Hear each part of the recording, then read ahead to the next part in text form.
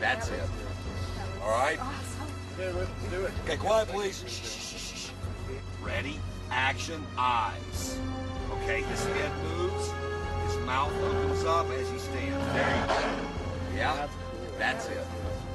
The zombie dog was created by Henderson Design and Productions, headed up by Doug Henderson, that's me.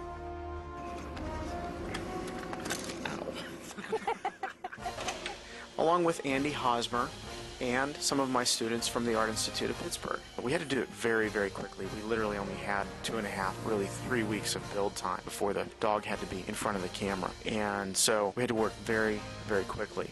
Immediately, I started to sculpt the head, and Andy Hosmer and Tim Corrigan began making the fiberglass for the body. Within a day or so, I molded the head and began the process of making the fiberglass. And Tim started making the foam skin, literally just building the skin directly out of foam over top of a taxidermy form. Andy and I began to mechanize the head.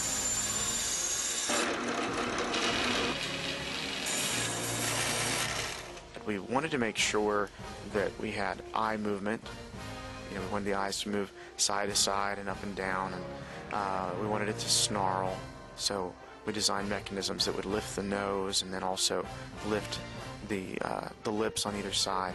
Of course, the jaw needed to move, and we wanted the eyes to be able to squint, which was really important to us because the way that dogs' eyelids work, they don't blink quite like humans do. So we wanted to actually move the brow and the cheekbone together to cause it to squint. We also wanted the head to look side to side and up and down, and so we came up with this idea. We'd seen a triple parallelogram, and I thought, well, why couldn't you just hook 2 triple parallelograms together? And so we call it the double triple parallelogram. That's what's used for the neck mechanism. Whenever we were considering this triple parallelogram, I wanted to make sure it would work, so I began building a miniature version of it while we were waiting for the taxidermy forms to arrive. Andy came over and helped me finish it, and we worked out a lot of the bugs on the little thing, figured out how we would actually attach the 2 triple parallelograms to each other. Also, it gave us an idea of the range of movement we'd be able to get. Andy and I talked quite a bit about how we would rig up this dog. We knew that we needed to make it so that it was a little bit mobile, so it could roll forward and we could rod puppeteer the legs. And so we had a bunch of different designs in mind and drew those over and over again until finally we came up with this design. And Andy welded a steel frame for the body, and then he also welded a steel rig that the whole thing could be held onto. The bottom of it had little wheels, and we had a platform that the legs would go on so that whenever we would tilt the body, which was on a pivot in the back, that would actually allow the dog to sort of crouch down. We didn't end up really getting to shoot it that way, but that was part of the design. And then the legs are hinged and jointed, and that's for just direct puppeteering, like rod puppeteering. To get all that going, Dan Canitz made the teeth, and Jason Formett began working on the tongue, and he also made a silicone copy of the nose so that we could replace the foam latex nose that was on the foam skin. Rob Bennett helped out with patching and painting, and especially helped out a lot with the hair work once we got to that.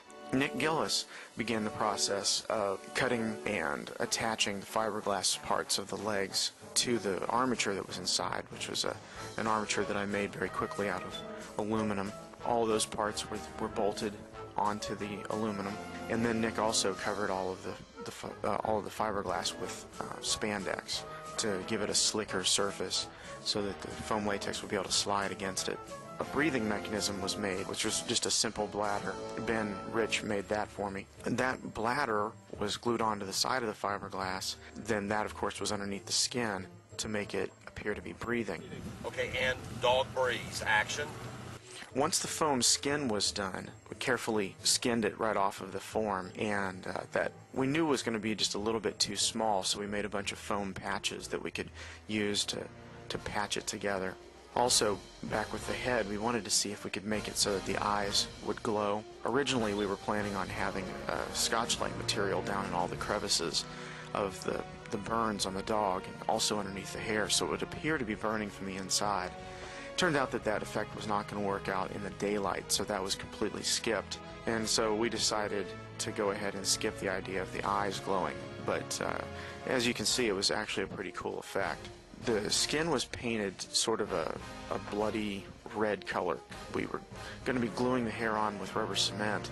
We wanted to be able to pull bits of the hair off so that you'd be able to see sores on the skin, like since it's burning from the inside, the hair is falling off of it. And when we got there, we found out that we were only going to have 2 hours to shoot the effect, and so we didn't end up getting to do the deterioration the way we had originally planned on it. All of the hair was glued on, just a little bit of hair at a time, and it took me almost 5 hours to glue hair onto just one of the legs, and I realized I was going to need help. So a bunch of the guys jumped in to help me with the hairs as well, and so I think at one point there was one person on each leg and gluing hair up the back of the body. And it looked really ridiculous once all the hair was glued on. It was all really long. Andy and my wife Kathy and I began trimming the hair down short with beard trimmers and scissors. And once the hair was at the length that we wanted, I went in and airbrushed some watered down acrylic paint to make sure that one color would fade into the next and to give some of the modeling to make the hair look more natural. We also had built the dog hollow. And what that allowed us to do was, since it was supposed to be burning from the inside, we could pump fog right up through its backside, and the fog would literally pour out of its mouth. And we had little slits in areas that we had left open so that the fog would come out from underneath its arms and under its body, and even out of a few holes in the neck. And the test we did looked great, and it worked really good on set.